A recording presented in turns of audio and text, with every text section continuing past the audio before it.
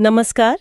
आज हम सीखने के दो बहुत ही अलग-अलग तरीकों को समझने की कोशिश कर रहे हैं। जी। एक वो जहां सीखने वाला निर्देशों पर मतलब गाइडेंस पर चलता है जी। और दूसरा वो जहां वो खुद अपनी राह बनाता है अपनी समझ से। हाँ बिल्कुल। और ये सारी बातचीत शिव नारायण के दो खास लेखों पर आधारित है, लर्नोग्राफी और ब्रेन पेज स्कूल। काफी दिलचस्प कॉन्सेप्ट्स हैं ये। हाँ, मैंने भी देखे। ये तक्षशिला पेज ब्लॉग पर हैं और ये वाकई हमारी जो पारंपरिक शिक्षा की सोच है ना, उसे चैलेंज करते हैं। एक नया ही मॉडल रखते हैं सामने। सही कहा। ये रटे रटाए ढर्रे से हटकर है। तो आज का मकसद क्या है? हम समझना चाहते हैं कि ये वाई लर्नर्स मतलब जो निर्भर हैं और एक्स लर्नर्स जो स्वतंत्र हैं, इनमें असल में फर्क क्या है इन स्रोतों के हिसाब से। और साथ में ये भी देखेंगे कि ये नए शब्द लर्नोग्राफी, ब्रेन पेज, CROS यानी क्लासरूम ऑपरेटिंग सिस्टम और डेल्टा दक्षता, ये सब इस तस्वीर में कहाँ फिट होते हैं। बिल्कुल। तो चलिए शुरू करते हैं, इस गुत्थे को खोलते हैं धीरे धीरे। हाँ, तो शुरुआत करते हैं वाई लर्नर से। स्रोत कहते हैं कि ये वो लर्नर्स हैं जिन्हें हमारी मौजूदा मतलब पारंपरिक शिक्षा प्रणाली तैयार करती है। अच्छा। ये ज्ञान के लिए टीचर के इंस्ट्रक्शन, उनके लेक्चर, उनके समझाने के तरीके पर ही ज्यादातर निर्भर रहते हैं। तो ये वही पारंपरिक छात्र वाली बात हो गई, जो क्लास में है, सुन रहा है, नोट्स ले रहा है, या इसमें और भी कुछ खास है? स्रोत इसे काफी निष्क्रिय भूमिका मानते हैं, मतलब छात्र की भूमिका, जहां जानकारी बस ली जा रही है। पूरा मॉडल ही टीचर सेंट्रिक है और सीखना पाठ यानी लेसन्स पर आधारित है। पाठ आधारित मतलब टीचर ने पढ़ाया, छात्र ने सुना। बिल्कुल। उनकी समझ, उनका ज्ञान सब बाहरी गाइडेंस पर टिका है। और एक दिलचस्प शब्द इस्तेमाल हुआ है इनके लिए, yes learners. Y for yes learners. ये तो सुनने में बड़ा रोचक है। इसका क्या मतलब हुआ? वो हर बात पर हाँ बोल देते हैं क्या? हाँ बोलने से ज्यादा मतलब ये है कि वो हमेशा एक बाहरी अप्रूवल या अगले कदम के लिए क्लियर इंस्ट्रक्शन का इंतजार करते हैं। अच्छा। खुद से पहल करना वो चीज थोड़ी कम होती है। लगता है कि जब तक टीचर हाँ न कहे या अगला स्टेप ना बताए, तब तक आगे नहीं बढ़ना है। समझ गई। ये निर्भरता वाली बात है, डिपेंडेंस। और उनका फोकस किस पे रहता है? क्या वो रियल लाइफ की प्रॉब्लम सॉल्व करने पर ध्यान देते हैं? लेखों के हिसाब से उतना नहीं। उनका मेन फोकस होता है परीक्षाओं में अच्छा करना, टेस्ट पास करना। असल दुनिया की जो मुश्किलें हैं, चुनौतियां हैं, उनके लिए जो स्किल्स चाहिए, उस पर जोर कम रहता है। और एक और बात, उनमें फेलियर का डर भी होता है। अच्छा। हाँ, इसलिए वो कुछ नया ट्राई करने से, एक्सपेरिमेंट करने से या लीक से हटकर सोचने से बचते हैं। उनकी सोच काफी हद तक, जैसा हमने कहा, निर्भर होती है, डिपेंडेंट थिंकर्स। ये जो निर्भरता है और ये परीक्षा पर फोकस, इसके कुछ ऐसे नतीजे भी होते हैं जो शायद हम सीधे तौर पर नहीं देखते, मतलब क्लास के माहौल पर, बच्चों के आपस के बर्ताव पर। हाँ, स्रोत कुछ गंभीर परिणामों की तरफ भी इशारा करते हैं। उनका तर्क है कि ऐसे माहौल में नकल करने की आदत बढ़ सकती है, न सिर्फ परीक्षा में बल्कि व्यवहार में भी। व्यवहार में भी? कैसे? वो इसे मिरर न्यूरॉन्स से जोड़ते हैं, देखकर सीखना। और इसके अलावा क्लास में एक तरह की प्रभुत्व की हायरार्की, मतलब डोमिनेंस हायरार्की बन सकती है। ओह। जहां कुछ छात्र दूसरों पर हावी होने की कोशिश करते हैं और इससे फिर बदमाशी यानी बुलिंग जैसी समस्याएं वो पनप सकती हैं। माहौल तनावपूर्ण हो सकता है। बाप रे, ये तो मतलब पारंपरिक मॉडल के ये अनचाहे साइड इफेक्ट्स भी हो सकते हैं। ठीक है, तो ये तो हुई वाई लर्नर्स की बात, जो निर्देशों पर चलते हैं। अब आते हैं एक्स लर्नर्स पर। स्रोत कहते हैं ये लर्नोग्राफी सिस्टम से निकलते हैं। ये कैसे अलग है वाई लर्नर्स से? एक्स लर्नर्स को आप बिल्कुल उल्टा समझ सकते हैं। स्रोत उन्हें स्वतंत्र, सेल्फ ड्रिवन सीखने वाले बताते हैं। Self driven? हाँ, ये ज्ञान के लिए टीचर के लगातार गाइडेंस पर निर्भर नहीं रहते।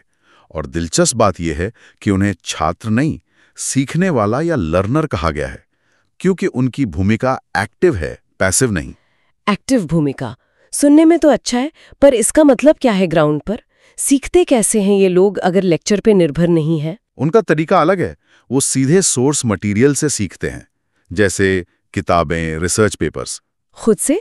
हाँ, लेकिन वो लेसन पढ़ने के बजाय टास्क के जरिए सीखते हैं, टास्क बेस्ड लर्निंग। उन्हें खास काम दिए जाते हैं जिन्हें पूरा करने के लिए उन्हें खुद जानकारी ढूंढनी पड़ती है, समझनी पड़ती है और फिर उसे इस्तेमाल करना होता है। अच्छा। और इसी प्रोसेस में वो ब्रेन पेज मैप्स और मॉड्यूल बनाते हैं। ब्रेन पेज मैप्स और मॉड्यूल, ये क्या है? कोई सॉफ्टवेयर है या? नहीं, सॉफ्टवेयर नहीं है। ब्रेन पेज को आप ऐसे समझिए जैसे ज्ञान का एक मेंटल मैप या स्ट्रक्चर। हम नोट्स लेते हैं ना, वो तो अक्सर बस जानकारी की फोटोकॉपी जैसे होते हैं। हाँ, सही बात है। ब्रेन पेज बनाना मतलब उस जानकारी को लेकर अपने दिमाग में उसका एक वर्किंग मॉडल तैयार करना, जैसे कोई इंजीनियर किसी मशीन का ब्लूप्रिंट बनाता है। Oh wow. एक्स लर्नर्स जानकारी को सिर्फ याद नहीं करते, उसे प्रोसेस करते हैं, उसके हिस्सों को जोड़ते हैं और इन ब्रेन पेज मॉड्यूल्स में ढालते हैं। इससे ज्ञान सिर्फ दिमाग में दर्ज नहीं होता, बल्कि लंबे समय तक टिकता है और इस्तेमाल के लिए तैयार रहता है। ये तो बहुत गहरा विचार है। मतलब रटने से आगे बढ़कर ज्ञान को वाकई अपना बनाना। और आपने कहा था कि ये मोटर विज्ञान के सिद्धांतों का इस्तेमाल करते हैं। सीखने में मोटर विज्ञान, ये थोड़ा अजीब नहीं लगता? हाँ, ये सुनने में शायद थोड़ा अटपटा लगे, लेकिन ये लर्नोग्राफी का एक सेंट्रल आइडिया है। कैसे? आप साइकिल चलाना सीखने का उदाहरण लीजिए। आप संतुलन के बारे में किताब पढ़कर तो साइकिल चलाना नहीं सीखते हैं ना? नहीं, बिल्कुल नहीं। आप प्रैक्टिस करते हैं, गिरते हैं, उठते हैं और धीरे धीरे आपका दिमाग और शरीर वो स्किल सीख लेते हैं। आपके दिमाग में उस एक्शन के लिए एक तरह का सर्किट बन जाता है। लर्नोग्राफी का तर्क है कि हम दिमागी ज्ञान के साथ भी कुछ ऐसा ही कर सकते हैं। अच्छा, तो जैसे साइकिल चलाने के लिए मसल मेमोरी बनती है, वैसे ही ज्ञान के लिए एक तरह की ब्रेन मेमोरी बनाने की कोशिश है। बिल्कुल सही पकड़ा। स्रोत बताते हैं कि जब लर्नर किसी टास्क पर काम करता है, जानकारी को ब्रेन पेज में बदलता है, तो ये दिमाग के उन हिस्सों को एक्टिवेट करता है जो आदतें बनाने, एक्शंस को सीक्वेंस करने और याद रखने में रोल निभाते हैं। जैसे कि सबस्टेंशिया नाइग्रा और बेसल गैंग्लिया। ये हिस्से आमतौर पर फिजिकल एक्टिविटी से जुड़े माने जाते हैं, लेकिन लर्नोग्राफी में इनका इस्तेमाल ज्ञान को दिमाग में मजबूती से बैठाने के लिए किया जाता है, उसे एक एक्टिव स्किल बनाने के लिए। मतलब ज्ञान सिर्फ जानकारी का ढेर न रहे, बल्कि एक इस्तेमाल करने लायक औजार बन जाए। एग्जैक्टली। वाह, ये तो सोचने का बिल्कुल नया तरीका है। ज्ञान को एक एक्शन की तरह देखना, सिर्फ इंफॉर्मेशन की तरह नहीं।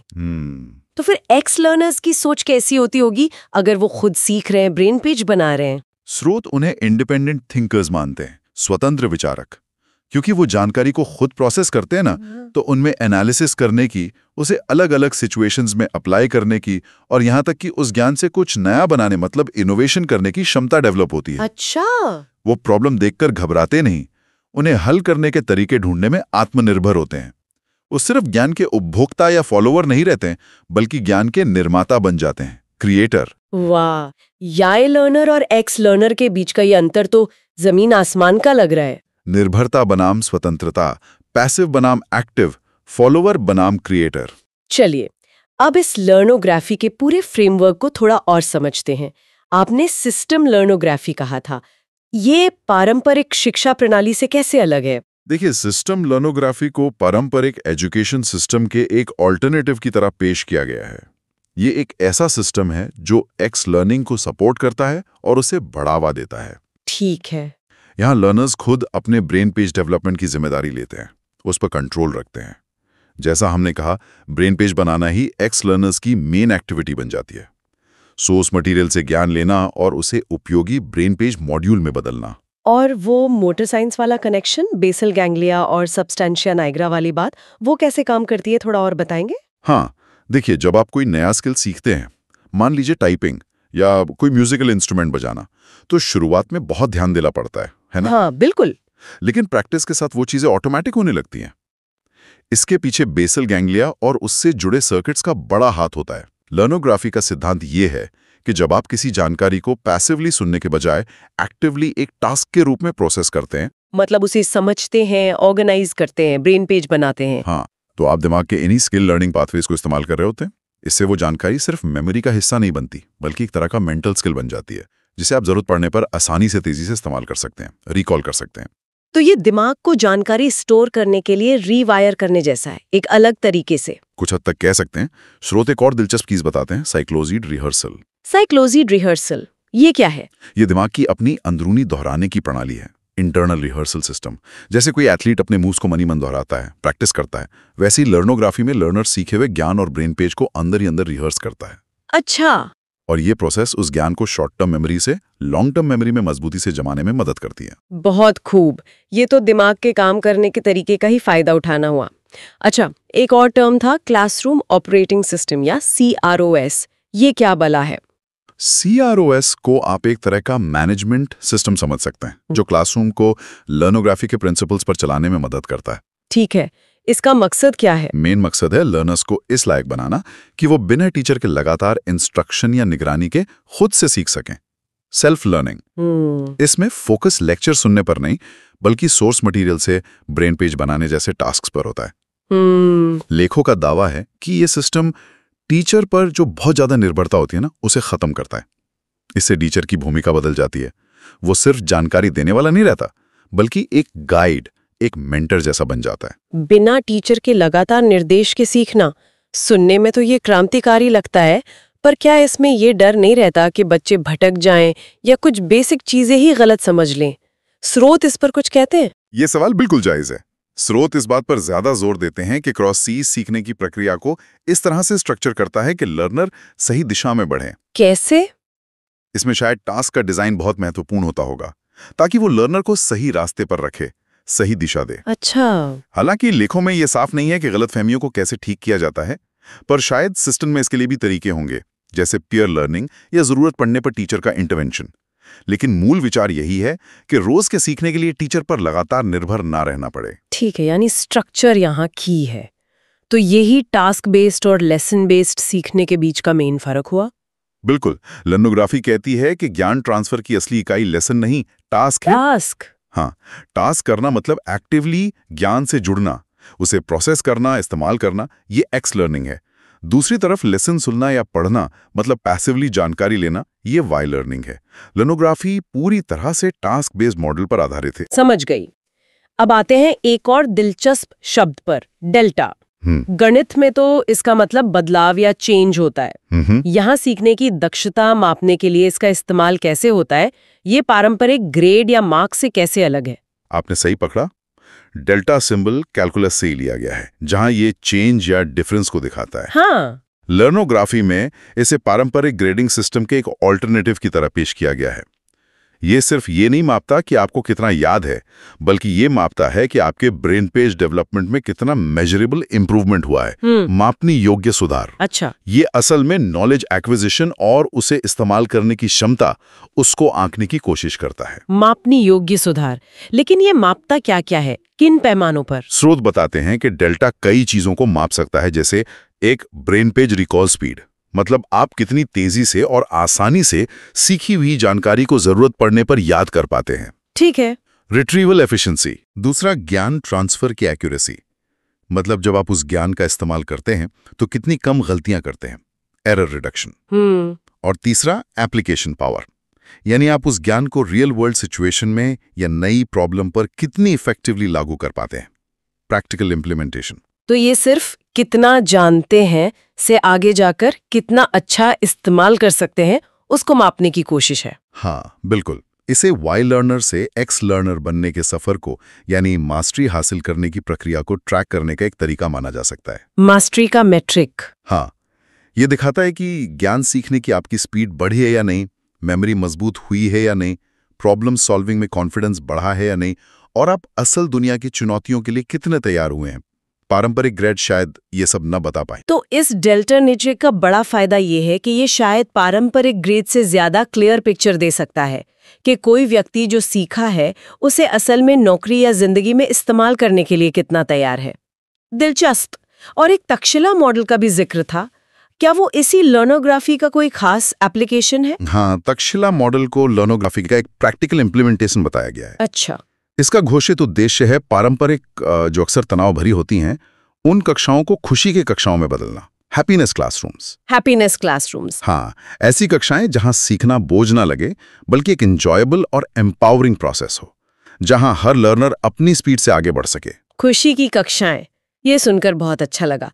इसमें सीखने वालों को कैसे देखा जाता है, या उन्हें अलग अलग ग्रुप में बांटा जाता है? इस मॉडल में लर्नर्स को उनके तक्षशिला स्तरों के आधार पर अलग अलग समूहों में रखा जा सकता है। तक्षशिला स्तर? हाँ, ये स्तर उनकी ब्रेन पेज बनाने की एफिशिएंसी, मोटर ज्ञान ट्रांसफर स्किल यानी ज्ञान को इफेक्टिवली इस्तेमाल करने की क्षमता, और लीडरशिप क्षमता जैसे पैमानों पर आधारित होते हैं। और वो बदमाशी वाली बात, स्रोत दावा करते हैं कि ये मॉडल उसे खत्म कर देता है। ये तो बड़ा महत्वाकांक्षी दावा लगता है। क्या वो बताते हैं कि ये कैसे होता है? हाँ, ये दावा वाकई बहुत बड़ा है। स्रोत का तर्क ये है कि चूंकि लर्नोग्राफी में हर कोई अपने इंडिविजुअल टास्क और ब्रेन पेज डेवलपमेंट पर फोकस होता है, तो कंपटीशन कम हो जाता है। हाँ, दूसरों से सीधे मुकाबले या होड़ की भावना कम हो जाती है। जब फोकस अपनी खुद की प्रोग्रेस पर होता है तो दूसरों को नीचा दिखाने या उन पर हावी होने की जरूरत महसूस नहीं होती। उनका कहना है कि ये जो सेल्फ डायरेक्टेड लर्निंग का माहौल है, ये स्वाभाविक रूप से सहयोग को भी बढ़ावा देता है और बदमाशी के लिए जगह कम कर देता है। लेकिन क्या ये पूरी तरह खत्म हो सकती है? शायद पूरी तरह खत्म होना ज्यादा आशावादी हो सकता है, क्योंकि बदमाशी के कारण अक्सर जटिल होते हैं, सामाजिक भी होते हैं, सिर्फ अकादमिक नहीं। पर हाँ, माहौल बेहतर हो सकता है। सही कहा। खैर, ये पूरा एक्स लर्निंग और लर्नोमॉर्फी का ढांचा सुनने में तो काफी अलग और कुछ मायनों में क्रांतिकारी लग रहा है। इन लेखों के अनुसार इसके दूरगामी परिणाम क्या है? भविष्य के लिए ये क्या संकेत देते हैं? स्रोत एक्स लर्नर्स को अकादमिक सीखने का भविष्य मानते हैं। उनका मानना है कि जिस तेजी से दुनिया बदल रही है, उसमें वही लोग कामयाब होंगे जो खुद से सीख सकते हैं, प्रॉब्लम एनालाइज कर सकते हैं, नई सिचुएशन के हिसाब से ढल सकते हैं, अडेप्ट कर सकते हैं। हाँ, एक्स लर्नर्स को बेहतर प्रॉब्लम सॉल्वर, क्रिएटर और क्रिटिकल थिंकर के रूप में देखा जाता है, जो भविष्य की चुनौतियों के लिए ज्यादा तैयार होंगे। और वाई लर्नर्स के बारे में क्या? इसके उलट ये लेख चेतावनी देते हैं कि पारंपरिक वाई लर्नर्स को शायद नई अर्थव्यवस्था में अडेप्ट करने और लीडरशिप करने में मुश्किल हो सकती है। तो ये स्रोत सिर्फ एक नया तरीका नहीं बता रहे हैं, बल्कि एक तरह से पूरी शिक्षा व्यवस्था में बदलाव का आह्वान कर रहे हैं। बिल्कुल। लक्ष्य सिर्फ अकादमिक परफॉर्मेंस सुधारना नहीं है, बल्कि पैसिव छात्रों को ऐसे इंडिपेंडेंट थिंकर्स, क्रिएटर्स और यहां तक कि कमाने वालों, अर्नर्स में बदलना है, जो समाज में एक्टिवली योगदान दे सकें। लेख खुले तौर पर x learning movement, CROS, Takshashila model और ब्रेन पेज आधारित लर्नोग्राफी को अपनाने और सपोर्ट करने की बात करते हैं। ये एक तरह से निर्भरता के कल्चर से निकलकर ऑटोनॉमी और आत्मनिर्भरता की ओर बढ़ने का आग्रह है। तो मूल विचार ये है कि शिक्षा सिर्फ जानकारी जमा करना न हो, बल्कि ये सेल्फ डिस्कवरी, किसी हुनर में मास्टरी हासिल करने और पर्सनल ग्रोथ का एक गहरा अनुभव बने। एकदम सही। शिक्षा को एक ऐसी यात्रा के रूप में फिर से डिफाइन करने का विचार है, जहां सीखने वाला ड्राइवर सीट पर हो, ना कि पिछली सीट पर बैठकर सिर्फ इंस्ट्रक्शन सुन रहा हो। तो हमने देखा कि शिव नारायण की लेख सीखने की दो बिल्कुल अलग दुनियाएं हमारे सामने रखते हैं। एक है वाई लर्नर्स की दुनिया, जो निर्देशों पर, बाहरी गाइडेंस पर टिकी है, और दूसरी है एक्स लर्नर्स की दुनिया, जो स्वतंत्रता, एक्टिविटी और ज्ञान के सेल्फ कंस्ट्रक्शन पर आधारित है। हाँ, और ये लर्नोग्राफी का पूरा ढांचा, जिसमें ब्रेन पेज बनाना, मोटर साइंस के सिद्धांतों का ये अनोखा इस्तेमाल, CROS जैसे सिस्टम और डेल्टा से प्रोग्रेस मापना शामिल है, ये पारंपरिक लेसन बेस्ड शिक्षा से एक फंडामेंटल शिफ्ट का प्रस्ताव रखता है। बिल्कुल, ये सीखने वाले को एक पैसिव रिसीवर से नॉलेज कंस्ट्रक्शन के प्रोसेस में एक एक्टिव पार्टिसिपेंट बनाने पर जोर देता है। और ये सब हमें एक अहम सवाल पर लाकर छोड़ता है। ये स्रोत एक्स लर्नर बनने को स्वतंत्रता की ओर एक रास्ता बताते हैं। सुनने में बहुत अच्छा लगता है, लेकिन सीखने की प्रक्रिया में असल स्वतंत्रता का मतलब क्या है? खासकर तब जब हमें से ज्यादातर लोग पारंपरिक शिक्षा के इतने आदी हो चुके हैं। सोचने वाली बात है। ये सोचना जरूरी है कि क्या ज्ञान का निर्माण वाकई पूरी तरह से एक अकेली सेल्फ डायरेक्टेड प्रक्रिया हो सकती है, या इसमें किसी न किसी रूप में गाइडेंस, सहयोग और दूसरों से सीखने की भूमिका हमेशा बनी रहती है, भले ही टीचर का रोल बदल जाए। क्या पूरी ऑटोनॉमी ही लक्ष्य है, या एक बैलेंस्ड अप्रोच ज्यादा इफेक्टिव हो सकता है, जहां स्वतंत्रता के साथ जरूरत पड़ने पर सही मार्गदर्शन भी मिले? इस पर विचार किया जा सकता है।